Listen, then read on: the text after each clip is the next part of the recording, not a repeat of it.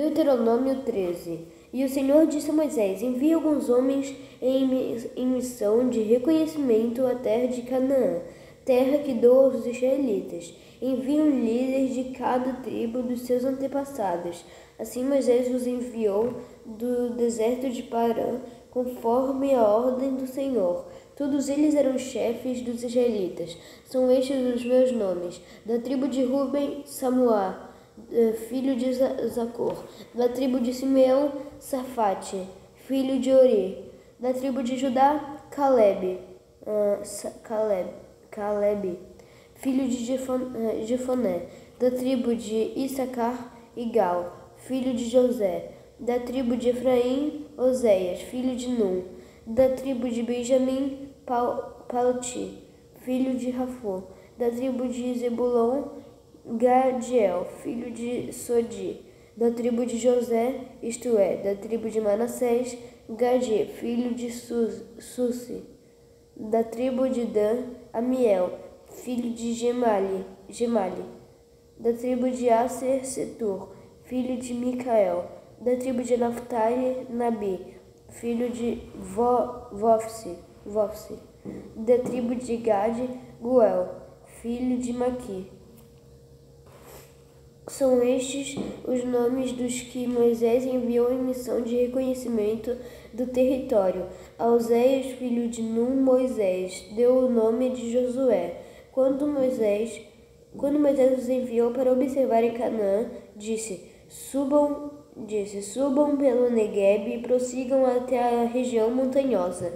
Vejam como é a terra e se o povo que vive lá é forte ou fraco, e se são muitos ou poucos, se a terra em que habitam é boa ou ruim, se as cidades em que vivem são cidades sem muros ou fortificadas, se o solo é fértil ou pobre, se existem ali florestas ou não. Sejam corajosos, tragam alguns frutos da terra. Era a época do início da colheita das uvas. Eles subiram e observaram a terra desde o deserto de Zin até Reob, na direção de Lebo Hamate. Subiram do Negueb e chegaram a Hebron, onde viviam Aimã, Sesai e Talmai, descendentes de Enaque. Hebron havia sido construída 7 anos antes de Zoan, no Egito. Quando chegaram ao vale de Escol, cortaram um ramo do qual pendiam um único cacho de uvas. 2 deles carregaram um cacho pendurado numa vara. Colheram também romãs e figos. Aquele lugar foi chamado Vale de Escol, por causa do cacho de uvas que os israelitas cortaram ali. Ao fim de 40 dias, eles voltaram da missão de reconhecimento daquela terra. Então eles retornaram a Moisés e a Arão e a toda a comunidade de Israel em Cádiz, no deserto de Parã, onde prestaram um relatório a eles e a toda a comunidade de Israel, e lhes mostraram os frutos da terra. E deram o seguinte relatório a Moisés: entramos na terra a qual você nos enviou, onde há leite e mel com fartura. Aqui estão alguns frutos dela. Mas o povo que vive lá é poderoso, e as cidades são fortificadas.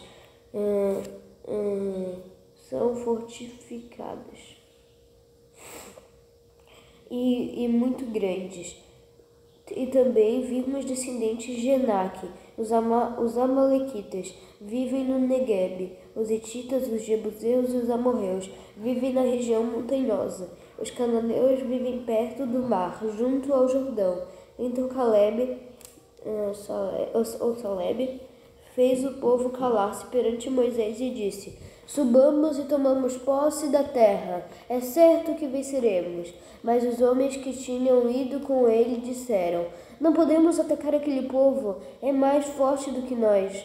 E espalharam entre os israelitas um relatório negativo acerca daquela terra.